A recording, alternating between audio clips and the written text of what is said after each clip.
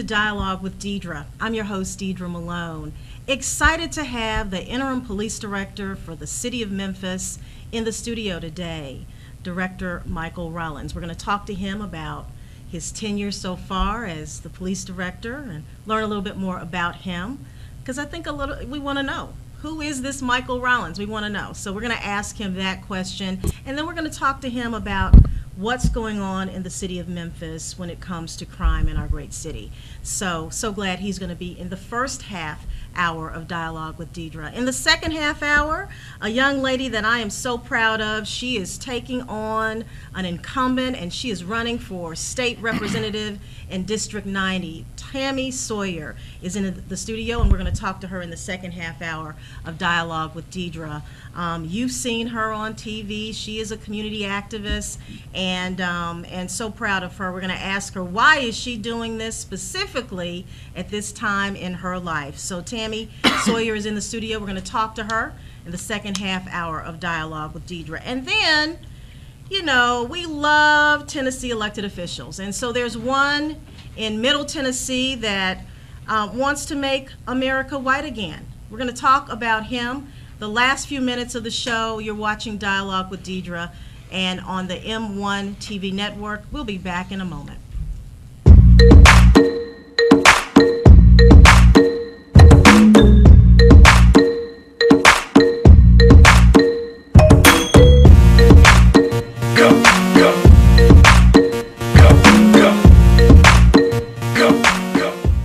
Taylor Brown Apothecary is your community drugstore. Their licensed professional pharmacists provide excellent service while filling your wellness needs. They have $4 generic plans, and they accept all major insurance providers. And they even offer free delivery for senior citizens. At Taylor Brown, they pride themselves on the personal care and attention they give every customer. Ask about their uninsured discount pharmacy program. The Taylor Brown Apothecary is your community drugstore. They're located 3333 Shelby Drive. Give them a call today at 901-794-3690 or visit them online, TaylorBrownGroup.com. The Taylor Brown Apothecary is your community drugstore. So they say it's a man's world? I don't see anybody's name on it. While they were doing their thing, we slowly changed ours. Today, women can do anything men can do. And there's one thing we're even better at.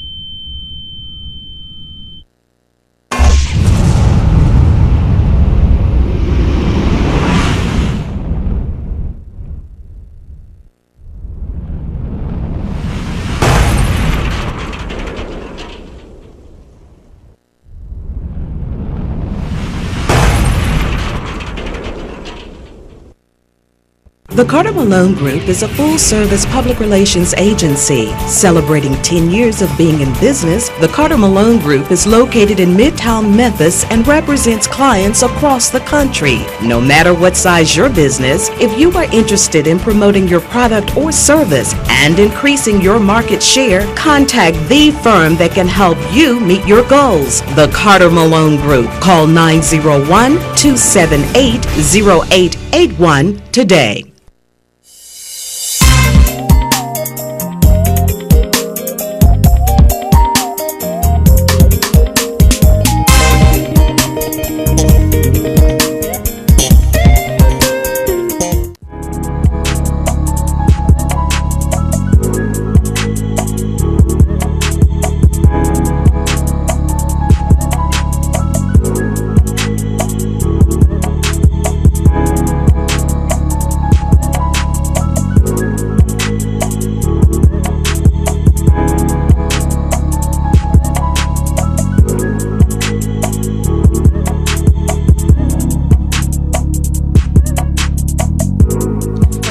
Dialogue with Deidre. I'm your host, Deidre Malone.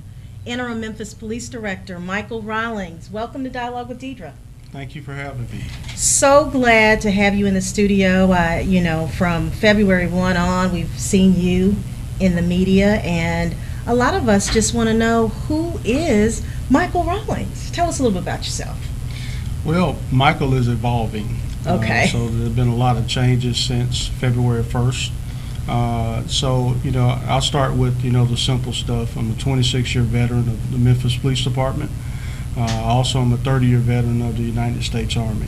Okay. I've been lucky where I've had 2 dual careers. After I did 4 years active duty, got out of active duty, started an Army Reserve career. Then I joined the police department in 1990, so I've had 2 jobs nonstop until May of 2014 when I retired from the military. So, I'm not sure if I'm more soldier than police officer. It gets kind of mixed up, but if someone kind of thinks about that, that'll kind of tell them who I really am. Lifelong Memphian, other than the 4 years I was active duty, and I'm a competitive pistol and rifle shooter. And just dedicated to making Memphis better and leading the men and women of Memphis Police Department. How has that been, leading the men and women that wear the blue here in our great city? I mean, it appears that it's been a very difficult few months with, the death of a police officer, with the homicide rate constantly increasing. How has it been so far?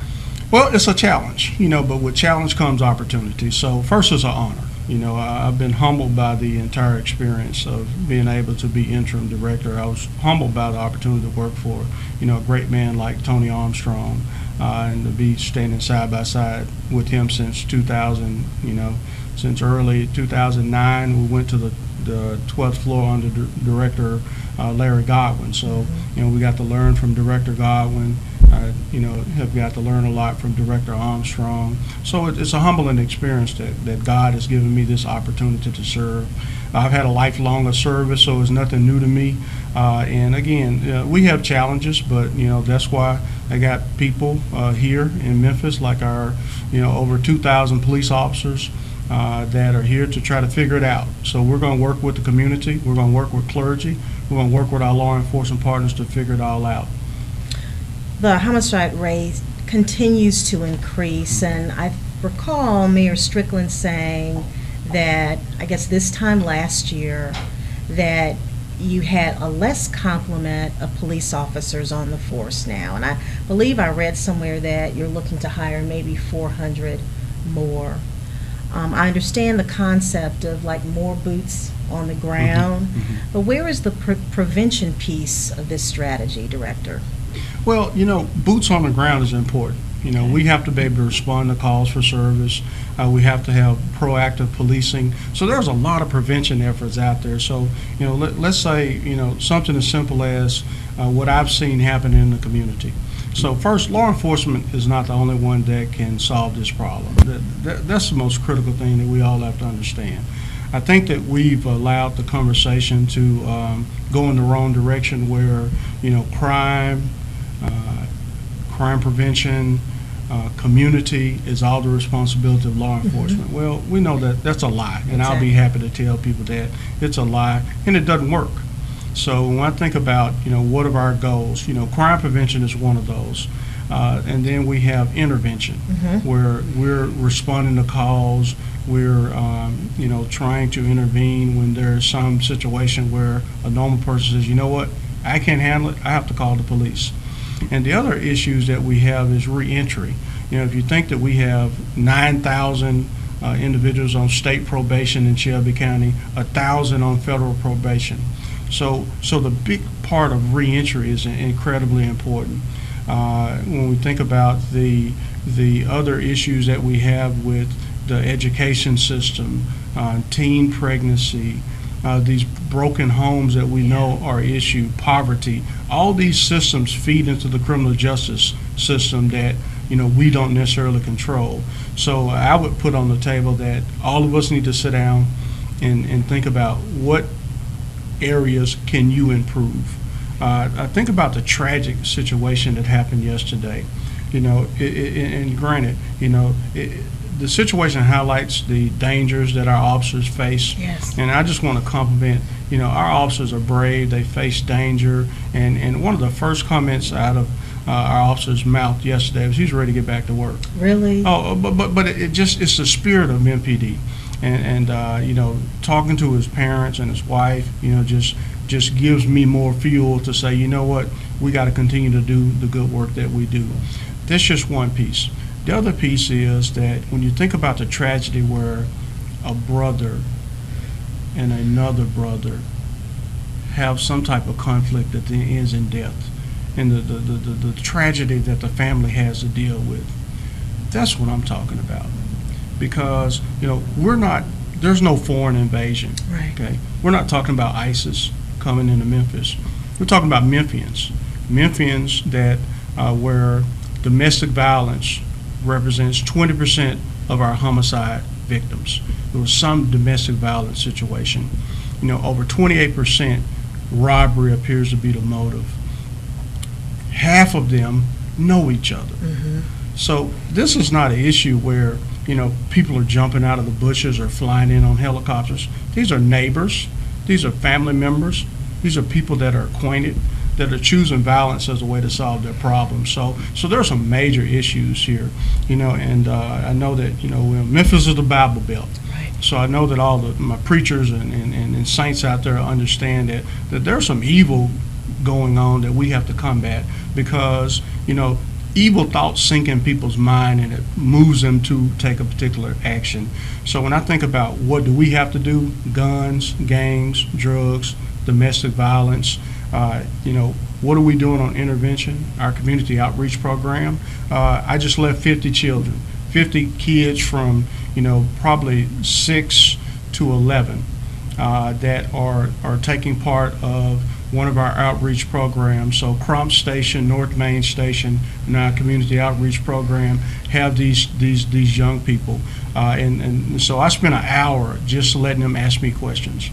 You know, no presentation, nothing polished, just one kid at a time. What kind of questions did they ask? Oh, God, they asked me all types of questions. One kid asked me about response time. Okay. I said, well, who's that kid? Right. Mother, father must be a a police officer, right. You know, they asked about, you know, salary. They asked about do I make, what choices do I make? Because they've been talking to the kids about making right choices. So they asked me about choices. I said, man, I make a lot of choices. I said, I choose to get up out of the bed, you know, and start making decisions. But on my shoulder is 650,000 Memphians, you know, over 2,000 police officers. Every time I make a decision, that's what I have in mind. I just want you to think about yourself. So when your mother or father tells you to do something, do it. When your teacher tells you to do something, do it. When you see a gun, don't touch, leave the area, go tell an adult. When kids are talking about fighting in the neighborhood, I don't want you to go to that fight, nor do I want you to record it on your cell phone. And you know what amazed me? I asked us, how many of y'all have a cell phone? All of them but 2. Right. Raised their hand.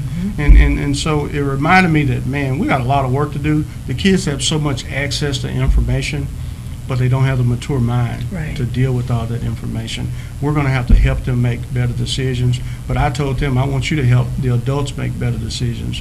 You know, sometimes you can intervene and say, you know what, mother, father, I don't like it when you fight. You know, brother, sister, carrying guns is dangerous because the police director told me. But the other thing, before I left, they gave me a stack of cards that they handmade that said, you know, thank you, director, you know, thank you for serving, thank you for allowing these police officers to spend time. And 2 little girls came up and said, director, you see that officer back there with the glasses on? I said, yeah. You need to give him a raise. I said, wow. I said, why? He is so great. He's so kind. I said, well, baby, I got good news for you.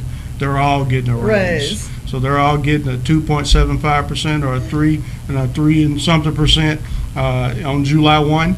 But so I was happy to walk away and be able to give them something they wanted. But they reminded me that the kids are our future. They are. We got to invest in them. However, my adults, my African American men, from 18 to 34 are killing themselves. Right. Okay. So we have to intervene in their lives right now. And that's what the family has to do today, because I don't know everybody that's toting a gun, selling drugs, running with a gang, or having a conflict inside the home. But the family members do. Right. The friends do. So you can't look at a picture on Facebook with a young man that looks like Al Qaeda, but he's not from that region.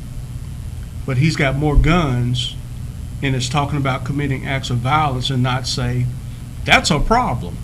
I need to do something, because if you don't intervene in that person's life, we're going to be at the cemetery, we're going to be at the church, we're going to be at the funeral home doing the services and giving that person their last, rites of passage or whatever, because we did not take action. Sounds like you're talking about an integrated approach.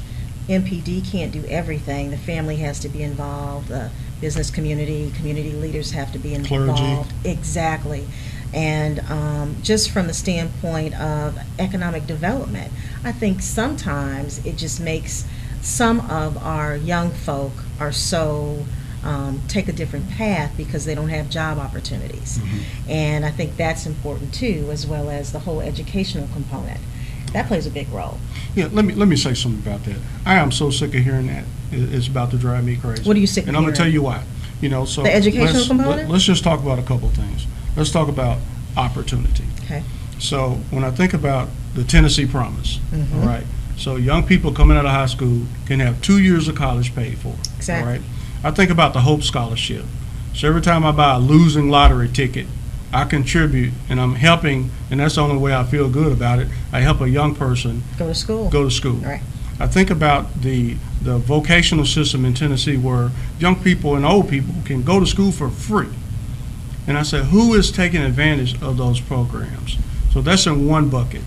The other bucket is when I talk to individuals in reentry programs and say that, Director, I meet a group of 100 young men that need to be in my program, and I have 2 or 3 that will come and take advantage of the program.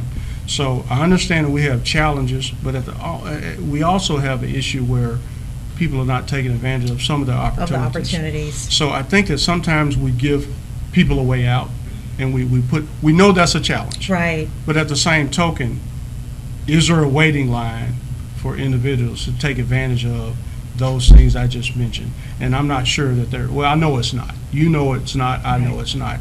So I want to change the conversation. I want to change the conversation, and, we heard that the police were out to get you. Mm-hmm. Okay?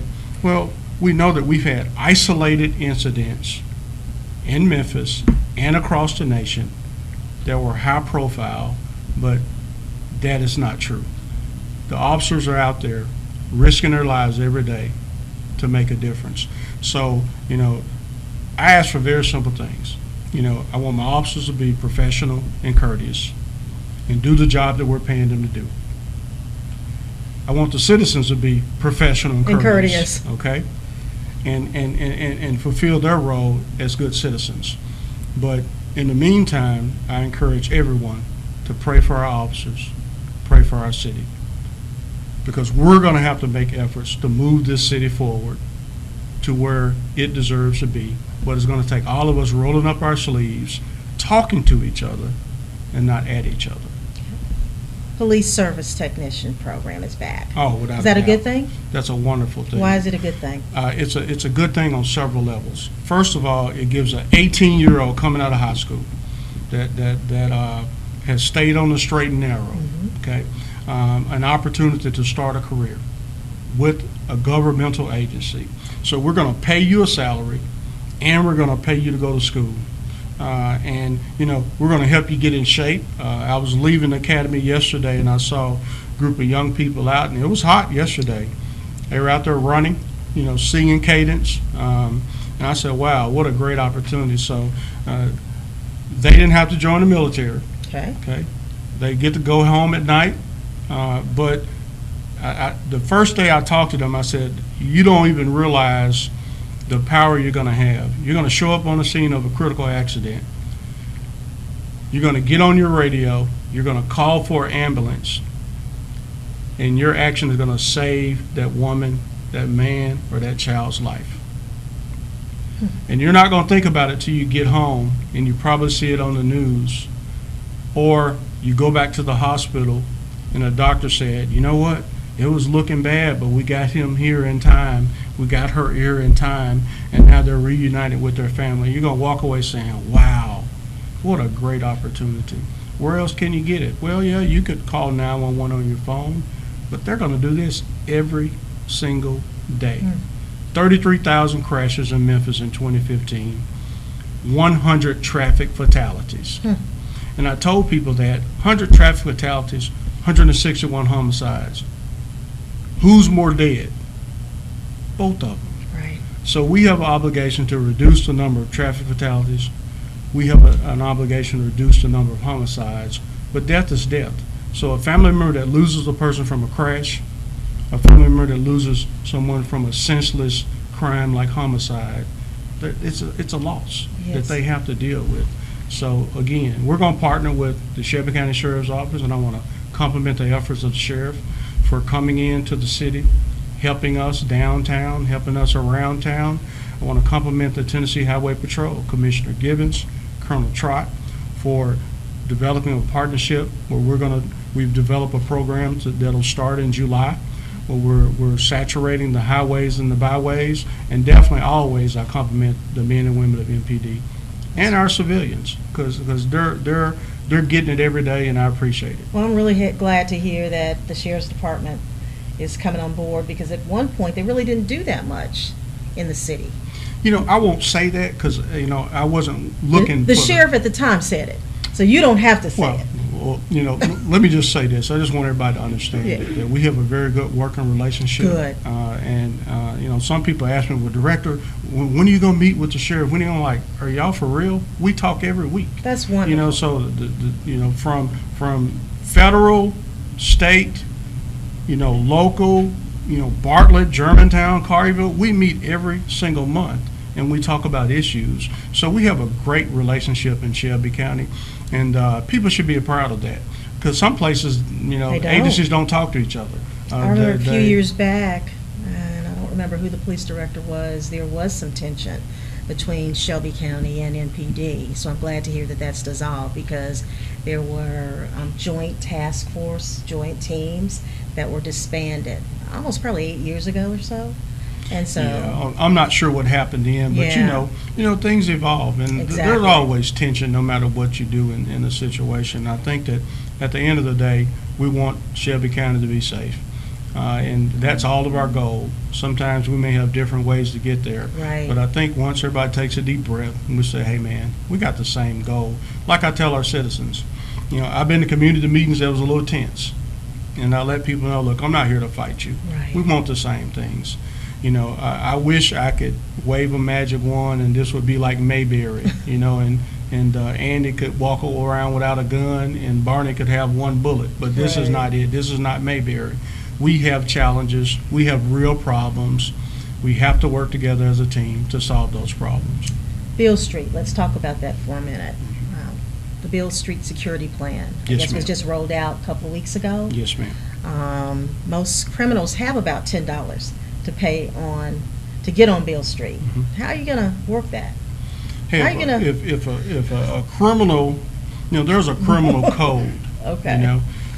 So we don't care who comes, as long as you behave. There's criminality, okay, and there are criminal acts. And a person doesn't have to be a career criminal. They choose to do that. So, we're encouraging everybody to come downtown, anywhere in the city, and behave. If you don't, and you commit a crime, we're going to lock you up. It's simple as that. We're going to lock you up. So you don't think the $10 was meant to be some type of deterrent? Well, let's talk about, I worked on Beale Street as a supervisor for a year, so I can tell you about crowds. I can tell you it's not reasonable to think or expect the police department to manage, crowds of 1,000 people that are in a 2-block area. Mm-hmm. So when we think about Beale Street, that's exactly what it is. So from 4th to 3rd, from 3rd to 2nd on one street, those are 2 blocks. That is Beale Street. Well, any street, any building has a capacity. I think the Liberty Bowl Stadium may hold up to 60,000 people. It was not built for 80. So when I get past that capacity, we have to do something, because we can't respond safely if someone passes out, or if there's some fight, we have to be able to respond. So we as a city have to manage Beale Street like we manage everything else. So so one of the, when we talk about incorporating more security measures, that's our responsibility for the people that pay to come on, that they can be safe. For the people that come on before they pay, come on and be safe. I was sharing a story with one of our council members who asked me the same question about, Beale Street bugs specifically. I said, well, back in my club days, if you went before 10, you got in free. After 10, you had to pay. The majority of people came after you had to pay. Right. So it's not an issue if people have the ability to pay. It's a desire. So, we want to create a safe venue. If Beale Street's our #1 tourist attraction, then what are we willing to give up to keep it? So that's a question I have for Memphis. What are you willing to give up to keep it a #1 tourist attraction? That's, maybe you can answer that. What do you think Memphis, or if you have callers, because that's what I want to hear. What are you willing to give up? Well, I know we want a safe venue. That's important. I think that's critical, especially when we've sacrificed an officer Right. who risked his life to save the life of others. And, we're forever grateful for the sacrifice Officer Verdell Smith made. So I'm going to tell you, I'm going to think about the legacy of Verdell, and I can hear Verdell talking to me now saying, Director, you got to make this happen. My sacrifice was not in vain. So here's a man that already worked his shift and went to work another shift. And some people say, well, he's making overtime. Well, he gets it. Right. He gets it. He gets it that when we do an overtime detail because we want to increase the staffing, we're doing it to make Beale Street safe. And that's important. And so, not only does he come to work and work his shift, he comes and work overtime, but him and a bunch of other officers do too. And they're still down there, even after that incident, making Beale Street safe, along with me and my chiefs and other members of the community that recognize that this is important. We're going to make it safe. We're going to get there. Last question for you, Director. So you applied for the Memphis Police Director's position. Yes, I You did. made it official. And it's my understanding that the administration hired an organization. They're going to weed through the applications, and they're going to make a recommendation of 5 for him to make that final decision. Why should he make you the permanent MPD Director? Well, that's an easy question for me. First, I'm the only one, Okay. the only applicant that's been tested under fire as the interim police director. I'm the only applicant that's been on the 12th floor since 2009. There is no one else that loves the city more than I do, and that's going to work harder. So, as far as I'm concerned, the mayor doesn't have a hard choice to make. But I left that up to God. So to be honest with you, I don't really spend 2 seconds on it. If this is the job that God has for me, then I'm going to be obedient and I'm going to do it. It's a tough job. So, you don't wake up running to the 12th floor because you know that, man, I'm going to deal with some pretty heavy things. However, if this is what God has for me, it's going to happen, even if I didn't apply. If not, then that means God has something else for me to do. And if it's my job to help integrate the next person, if I love the city, then it's not there's no question about it. Exactly. So, my love is not fake. It's not a personal thing. I've already accomplished, way more than I ever set out to do. So again, I'm just going to be obedient and stay on the path and, try to make a difference in the lives of our citizens and the lives of our police officers. Well, good luck to you, Director Rallings. It's so good to have you on the show and really just kind of get to know you. So you're welcome back anytime on Dialogue with Deidre. Well, thank you. So good to see you. All right. You're watching Dialogue with Deidre. When we come back, we're going to be talking to a candidate who's running for state representative in District 90, Miss Tami Sawyer. She's in the studio. You're watching Dialogue with Deidre.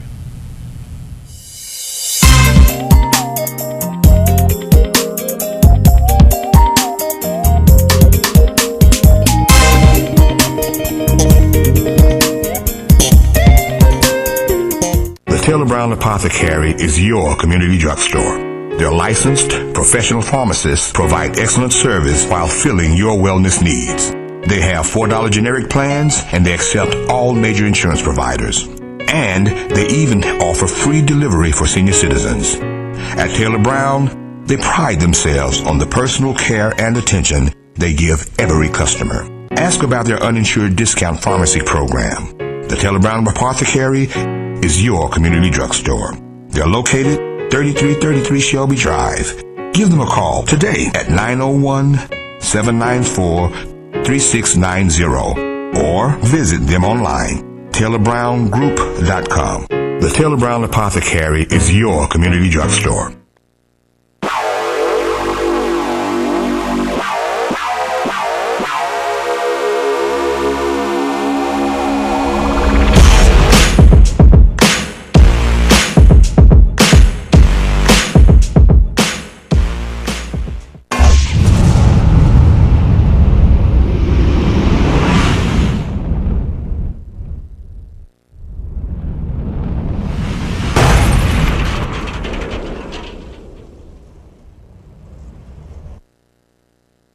They said I have troll teeth. That my voice sounded like a possessed baby doll. That no one would ever love someone as stupid as me. That I was fat, ugly. Disgusting.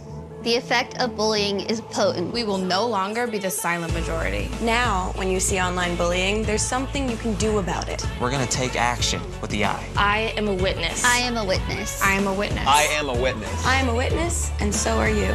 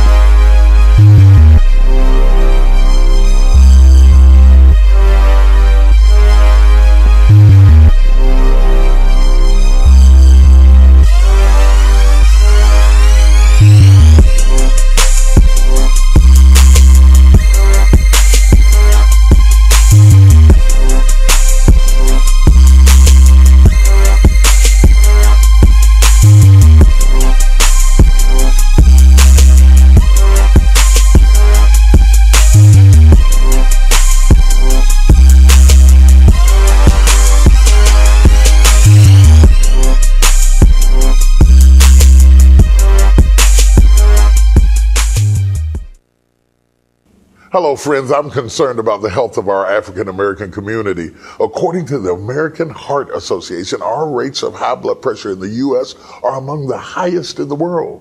And diabetes, obesity, high cholesterol, physical inactivity, poor nutrition, and smoking are causing us to suffer and die from stroke at alarming rates.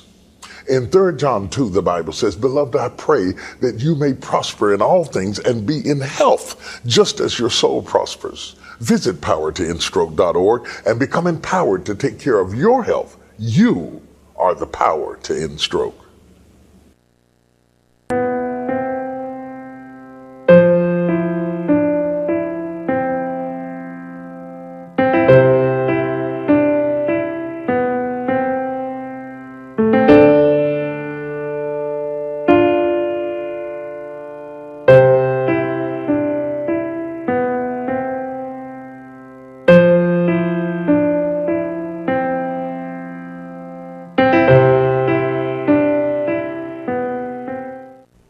Everywhere that we go, he makes people laugh and makes people smile, and I feel like I have that quality. He's the one who always takes me fishing. I watch golf with him.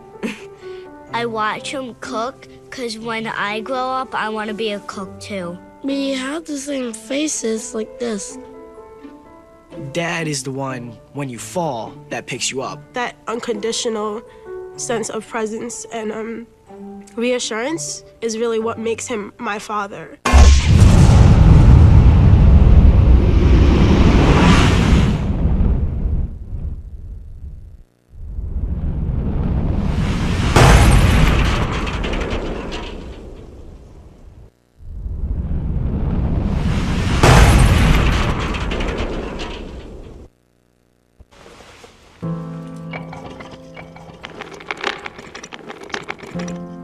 Maybe he's really focused. Hey, Michael. Michael.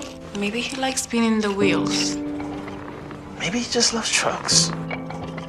Maybe he's just being a boy.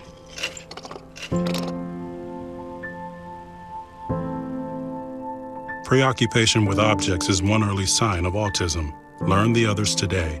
The sooner it's diagnosed, the better. The Carter Malone Group is a full-service public relations agency. Celebrating 10 years of being in business, the Carter Malone Group is located in Midtown Memphis and represents clients across the country. No matter what size your business, if you are interested in promoting your product or service and increasing your market share, contact the firm that can help you meet your goals. The Carter Malone Group. Call 901-278-0881 today.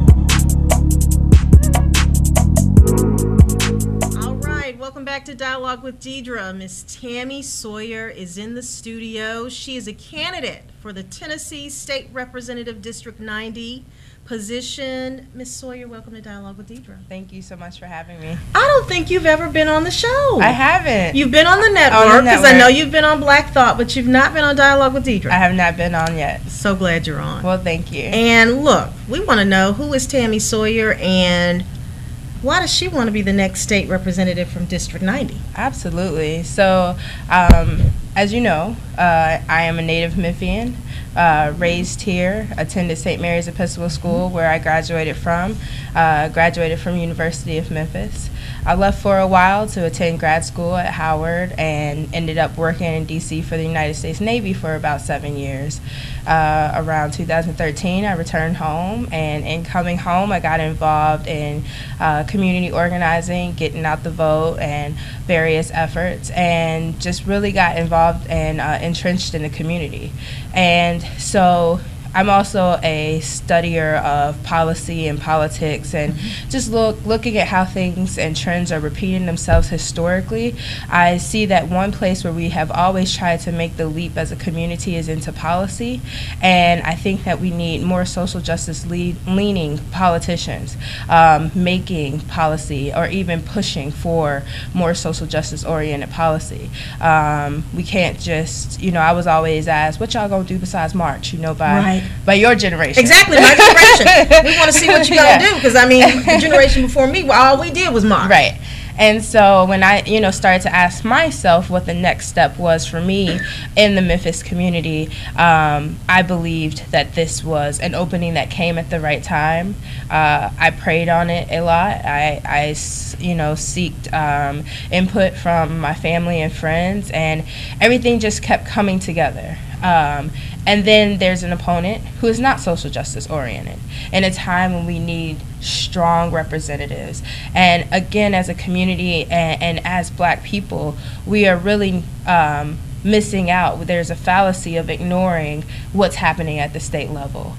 We pay attention to Trump and Hillary, right, but so much is happening at the state that's impacting our community and our kids especially. Generations are made and shaped by what is decided in Nashville, and so we really need to start pushing to have a woke, as we would say, an aware representation in Nashville. And I felt that I could join people such as Ramesh, who is really pushing in the social justice realm of legislation, and bring on a more open and aware legislative body representing Memphis. I think that's so important. I think you said something that is so key, that there's people don't think about the impact that the state has on their day-to-day lives. We can talk about education and not fully funding BEP.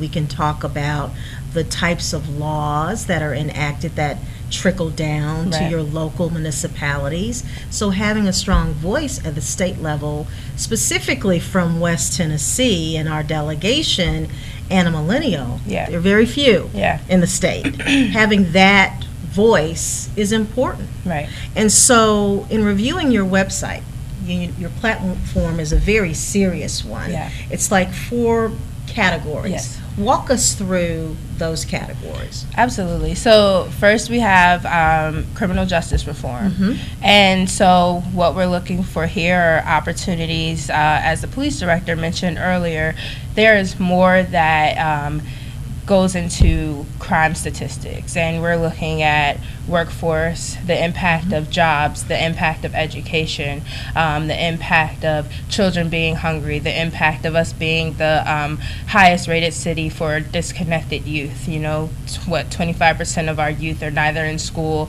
nor working.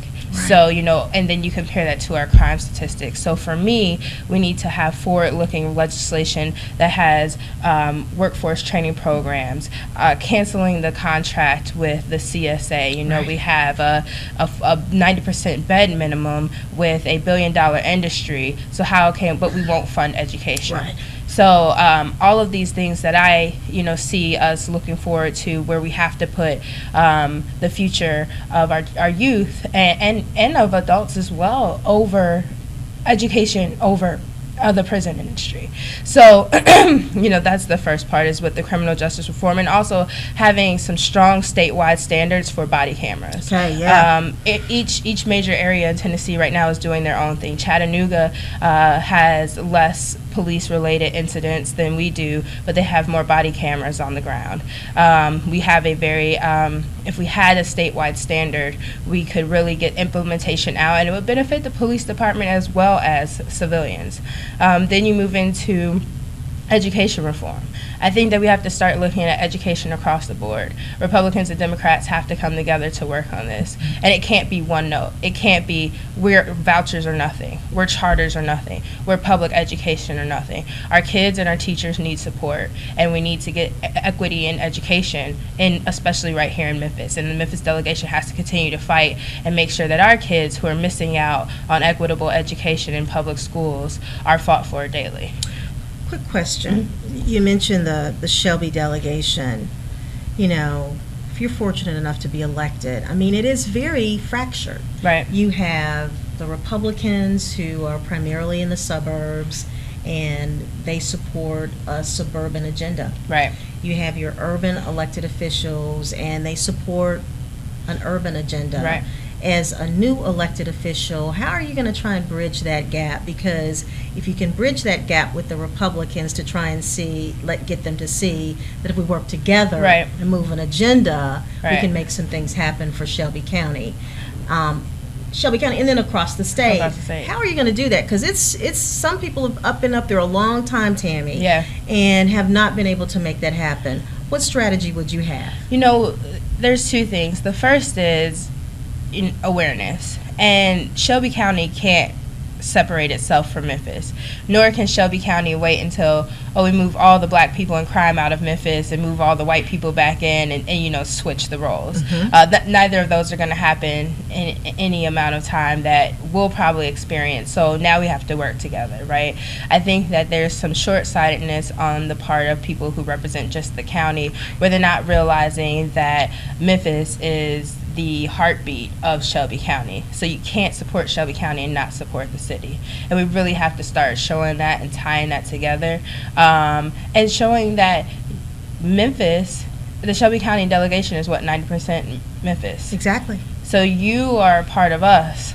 more than we are a part of you. And just, you know, having these conversations and bringing this awareness and, you know, fractured and a lack of respect, but demanding that respect for this city, because this city is what makes Shelby County great. It amazes me how some of the Republicans from Shelby vote with the majority of the state that really don't have a urban center kind of legislative thought process in mind.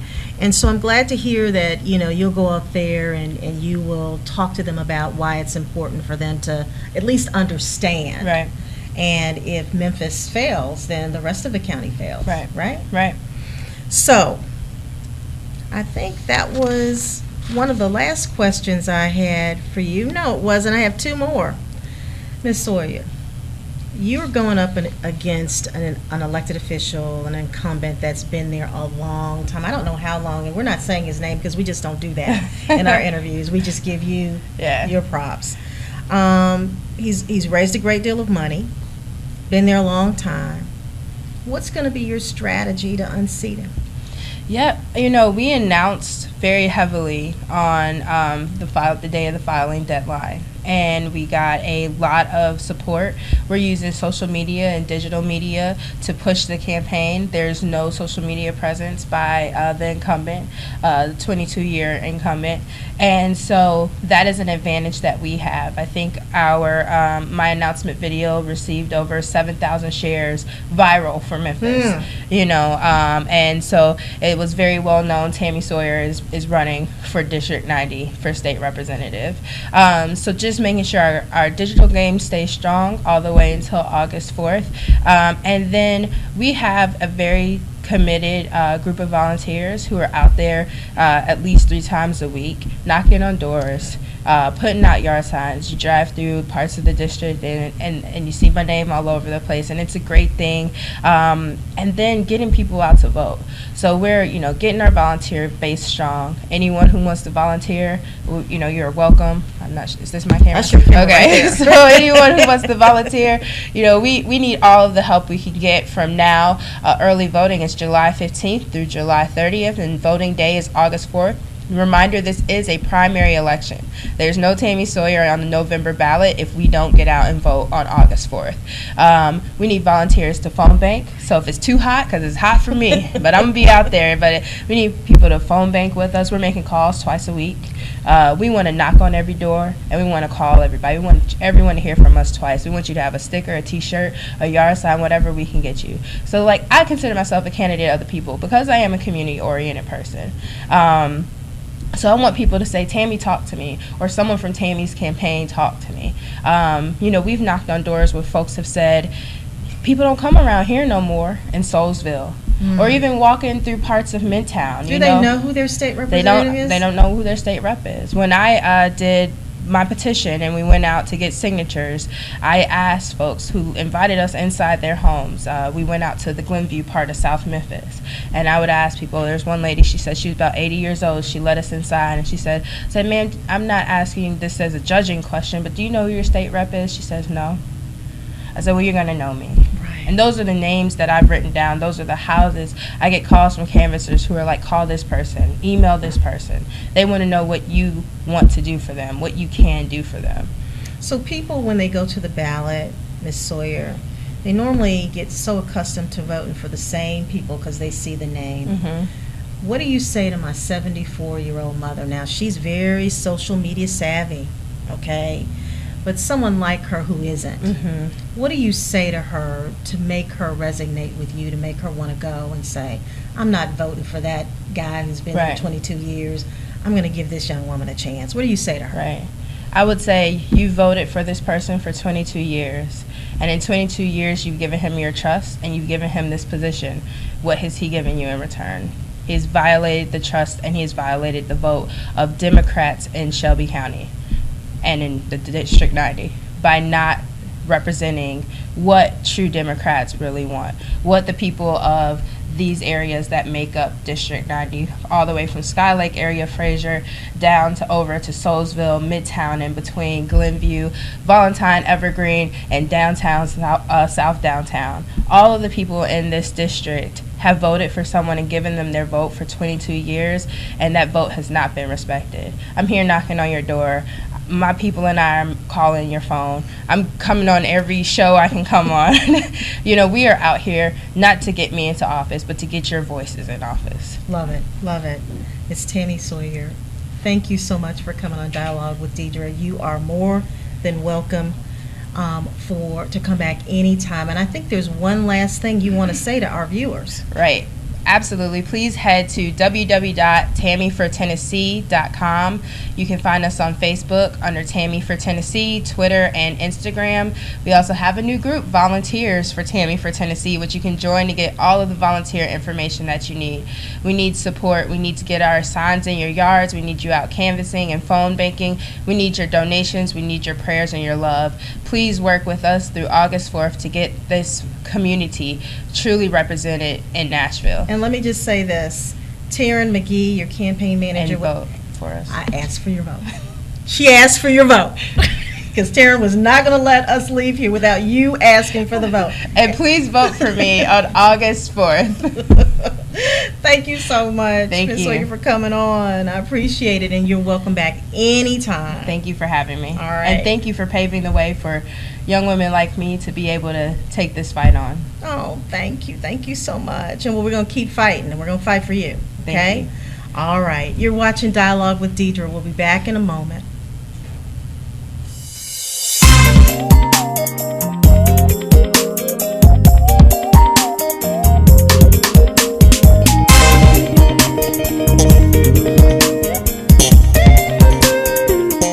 Taylor Brown Apothecary is your community drugstore. Their licensed professional pharmacists provide excellent service while filling your wellness needs. They have $4 generic plans and they accept all major insurance providers. And they even offer free delivery for senior citizens. At Taylor Brown, they pride themselves on the personal care and attention they give every customer. Ask about their uninsured discount pharmacy program. The Taylor Brown Apothecary is your community drugstore. They're located 3333 Shelby Drive. Give them a call today at 901-794-3690 or visit them online, TaylorBrownGroup.com. The Taylor Brown Apothecary is your community drugstore.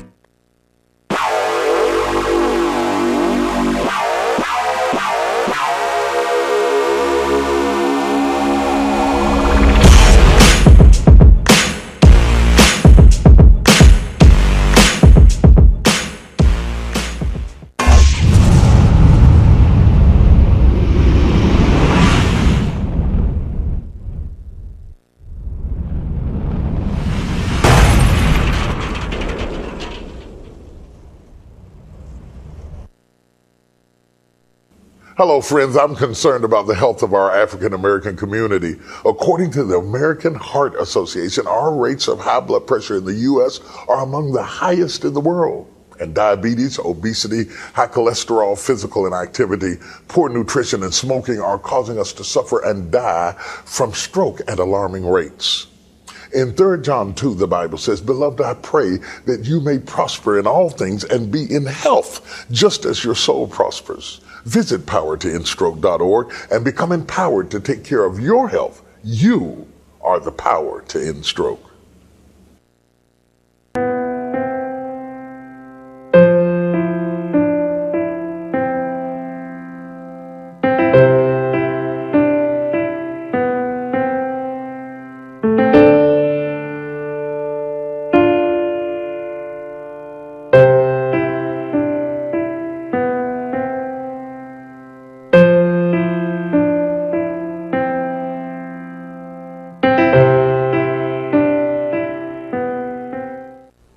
Everywhere that we go, he makes people laugh and makes people smile, and I feel like I have that quality. He's the one who always takes me fishing. And watch golf with him. And I watch him cook because when I grow up, I want to be a cook too. We have the same faces like this. Dad is the one, when you fall, that picks you up. That unconditional sense of presence and reassurance is really what makes him my father.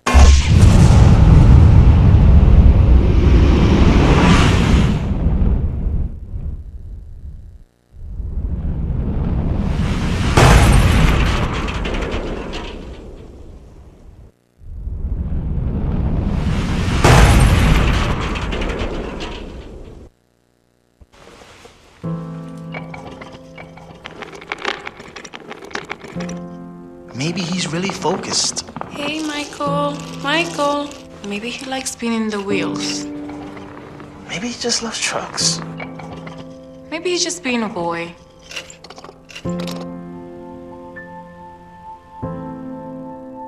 Preoccupation with objects is one early sign of autism. Learn the others today. The sooner it's diagnosed, the better. The Carter Malone Group is a full-service public relations agency. Celebrating 10 years of being in business, the Carter Malone Group is located in Midtown Memphis and represents clients across the country. No matter what size your business, if you are interested in promoting your product or service and increasing your market share, contact the firm that can help you meet your goals. The Carter Malone Group. Call 901-278-0881 today.